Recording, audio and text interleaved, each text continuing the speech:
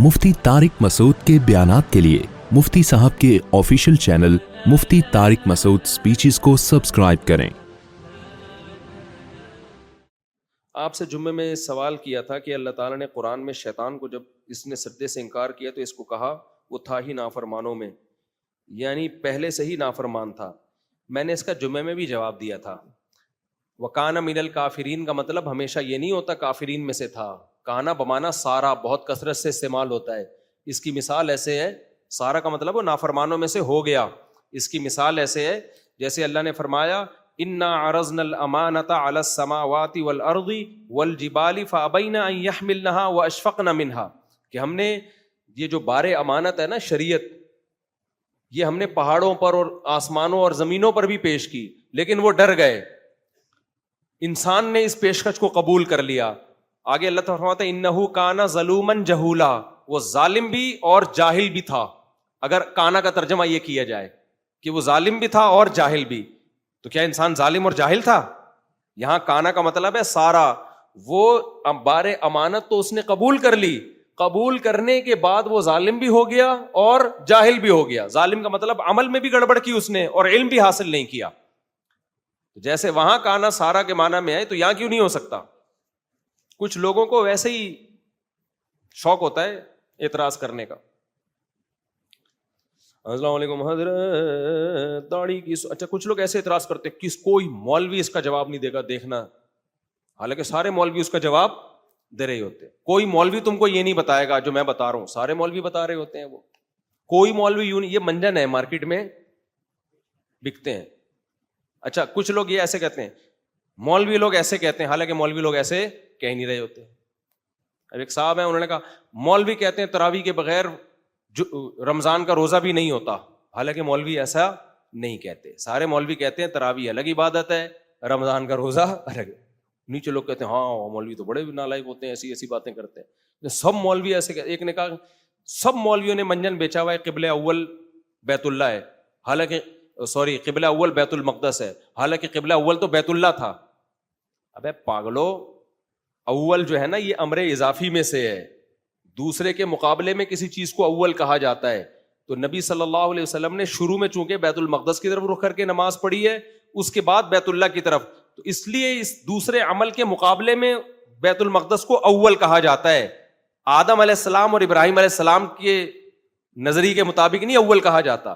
तभी कुरान कहता है वमा जअलना, वो क्या है, वो जो है ना, हजरत अनस रजी अल्लाह ताला अन्हु फरमाते हैं कि मेरे अलावा रूए जमीन पर कोई भी जिंदा नहीं है जिसने दोनों किबलों की तरफ रुख करके नमाज पढ़ी हो। हजरत अनस इब्न मालिक की उम्र बहुत लंबी थी, तो वो जब बूढ़े हो गए थे ना, उन्होंने कहा था कि वो असहाबे रसूल जिन्होंने दोनों किबले की तरफ रुख करके नमाज पढ़ी हो, बैतुल मक़दस भी और बैतुल्लाह भी, तो मेरे सिवा कोई भी जिंदा नहीं है उन सहाबा में से। तो दोनों किबलों में उनकी मुराद क्या थी? दूसरा किबला बैतुल्लाह और पहला किबला बैतुल मक़दस। तो वो जो लास्ट में जो बैतुल्लाह बना है ना, उसके मुकाबले में हम बैतुल मक़दस को किबला अव्वल कहते हैं।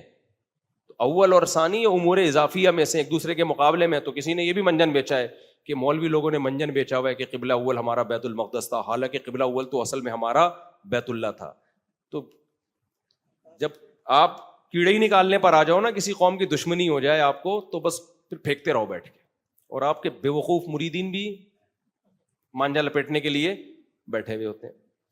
वो याद है ना, हमारे एक टीचर, ये हमारे स्कूल में, अल्लाह माफ फरमाए, टीचरों के बारे में ऐसी बात करनी नहीं चाहिए। हमारे स्कूल में एक टीचर थे, वो जब भी आते अपनी तारीफें शुरू कर देते, मैं ऐसा हूं, मैं बहुत काबिल हूं, मैंने यहां से पढ़ा, मैंने वहां से पढ़ा।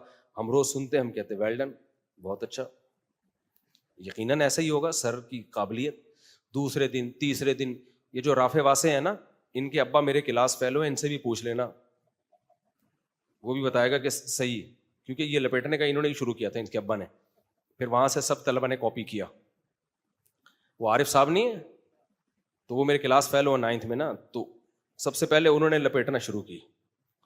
तो वो मैं बताता हूँ, वही पूरा वाक़या, वो गवाह है इस पर, आप उससे भी पूछ लो, वो कहेगा ये बिल्कुल सही कह रहा है। तो वो रोजाना अपनी तारीफें करते हैं, मैं बहुत काबिल उस्ताद हूँ, ऐसी तारीफें करते कि 2 दिन हो गए, 3 दिन हो गए, 4 दिन हो गए, वो ऐसा अपने आप को बना के पेश करते कि बाकी सारे टीचर کو کچھ بھی نہیں آتا, بس انہی کو سب کچھ آتا ہے. جب کافی دن ہو گئے نا, پھر ہم تھک گئے, ہم نے کہا یار یہ کچھ زیادہ ہو گئی ہے.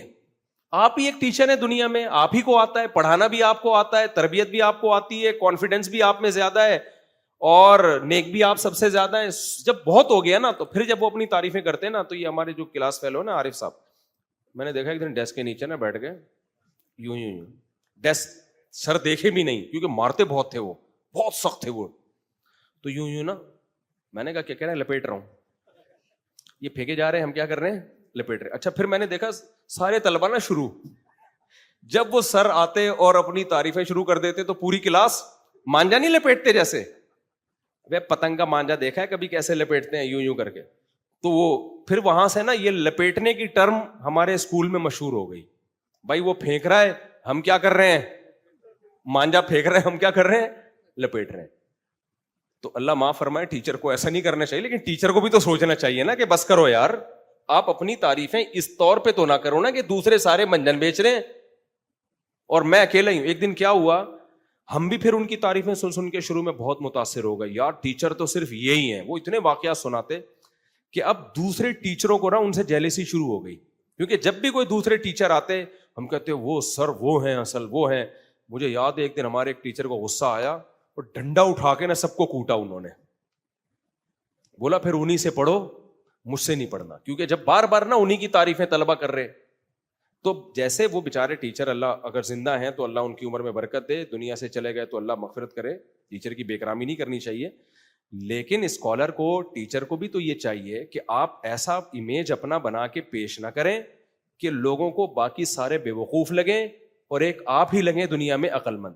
آج یوٹیوب پہ ایسے اسکالرز ہیں کہ جب آپ ان کی تقریریں سنو آپ کو لگے گا یہی ہے دنیا میں, باقی سارے کیا کر رہے ہیں, منجن بیچ رہے ہیں. اور ان میں ہر اسکالر سب کی نفی کر رہا ہوگا, زبان سے نہیں کہتے, وہ ان کی تقریروں سے ایسا لگتا ہے کہ میں آیا ہوں اصل میں, جو ابھی ایک پیکج لے کر آیا ہوں دین کا, میں ہوں اصل, باقی یہ سارے منجن بیچ رہے ہیں. تو جب بھی کوئی ایسی تقریر آئے کریں نا, آپ نے کیا کرنا ہے, نہیں شروع کر, اس سے وہ بھی ہو جائے گی, ایکسرسائز بھی ہو جائے گی آپ کی, اور متاثر بھی نہیں ہوگے. لپیٹنے کا عمل کیا ہوگا, شروع ہو جائے گا. بولے کہ پھینکے جاؤ. بھائی دنیا میں کوئی ایسا نہیں ہوتا کہ تو اکیلا ہی پیدا ہوا ہے اور باقی سارے بیکار ہیں. اسلام کیا اللہ 4-6 آدمیوں پہ ڈیپینڈ کر دے گا؟ بولو. اسلام آخری دین ہے, قیامت تک حفاظت ہوگی اس کی, کوئی نبی نہیں آئے گا. تو کیا ایسا ہو سکتا ہے کہ 4-6 مذہبی اسکالرز پہ اللہ اسلام کو ڈیپینڈ کر دے کہ یہ 4-6 ہیں جن پر اب یہ صحیح دین ان کے پاس ہے؟ نہ نہ نہ, 4-6 لاکھ 4-6 کروڑ تو ہو سکتے ہیں, وہ 4-6 افراد نہیں ہو سکتے. تو علماء, جو جمہور علماء جس طرف جا رہے ہو نا, اسی کو فالو کرنا چاہیے. تو 4-6 آدمیوں کی بات معتبر نہیں ہوتی. لوگ کہتے ہیں ہم دلیل کو دیکھیں گے کس کی, تو کیا بات ہے, اللہ نے 4 آدمیوں کو دلیل سمجھا دی, 4,000 کو سمجھ میں نہیں آئی. ایسا تھوڑی ہوتا ہے.